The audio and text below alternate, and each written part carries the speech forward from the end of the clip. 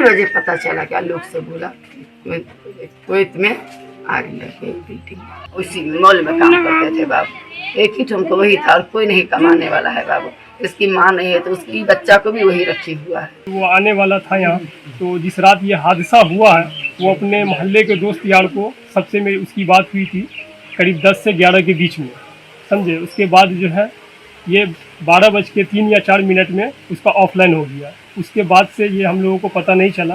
उसके बाद जब सुबह जब ये न्यूज़ फैला कि इस जगह आग लग गया, बिल्डिंग में लग गया, तब हम लोगों को जानकारी हुआ कि ये उसी बिल्डिंग में ये रहता था। कुवैत में हुई भीषण अग्निकांड के बाद कईयों के परिवार उजड़ गए हैं, कई घर में मातम छाए हुए हैं।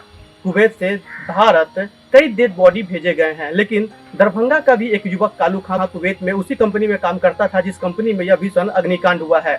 उसकी कोई खबर नहीं मिलने से उसके घर और परिवार में मातम छाया हुआ है। 3 बजे पता चला कि लोग से बोला कुवैत में आग लग गई बिल्डिंग। कालू खां की शादी जुलाई के महीने में 15 और 20 के बीच में होनी थी और 5 जुलाई को कालू खां अपने वतन भारत वापस लौटने वाला था। शादी की पूरी तैयारी चल रही थी, लेकिन इस बीच कालू खां का कोई भी संपर्क नहीं हो पाना परिवार से उनके गांव और घर में मातम सा बना हुआ है। उसी मॉल में काम करते थे बाबू, एक ही ठुमको वही था और कोई नहीं कमाने वाला है बाबू। इसकी माँ नहीं है तो उसकी बच्चा को भी वही रखी हुआ है। अभी इसमें सबसे लेटेस्ट अपडेट ये आ रहा है कि कालू के भतीजे जब वहां उस कंपनी के एचआर से बात किया है तो फिर वहां से इन्हें एक जानकारी मिली है कि एक डेड बॉडी जो वहां रखा हुआ है जिसकी निशान अभी तक नहीं हो सकी है। हम मेसी में भी बहुत सारा प्रयास कर रहे हैं, हमने वहाँ भी हमारे जो लोग रहते हैं हम उससे भी बहुत प्रयास करवा रहे हैं, लेकिन अभी तक कुछ कालू का पता नहीं चल पाया।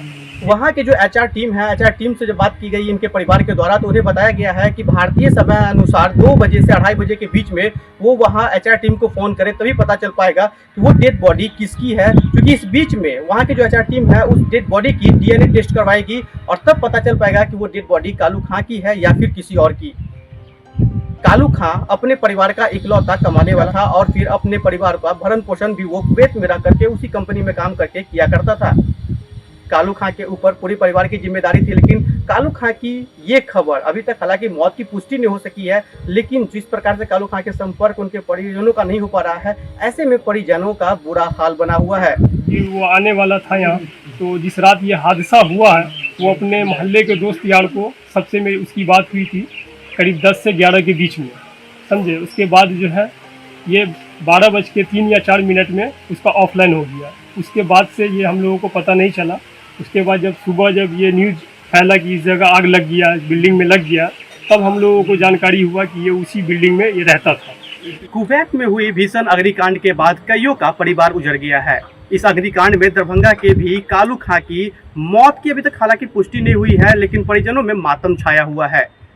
कुवैत में कई भारतीयों की मौत हुई है, हर घर में मातम छाया हुआ है। कालू खां की शादी जुलाई के महीने में 15 और 20 के बीच में होने वाली थी नेपाल में, लेकिन इस बीच कालू खां की गायब होने की खबर मिलती है और परिवार गांव में मातम सा छा जाता है। अभी इसमें लेटेस्ट अपडेट जो सामने आ रही है उसमें कालू खां के भांजे बताते हैं कि जब वहां उन्होंने कुवैत में जिस कंपनी में कालू काम कर रहा था उस कंपनी के एचआर से बात की तो एचआर टीम ने बताया है कि डेड बॉडी की पहचान अभी तक नहीं हो सकी है।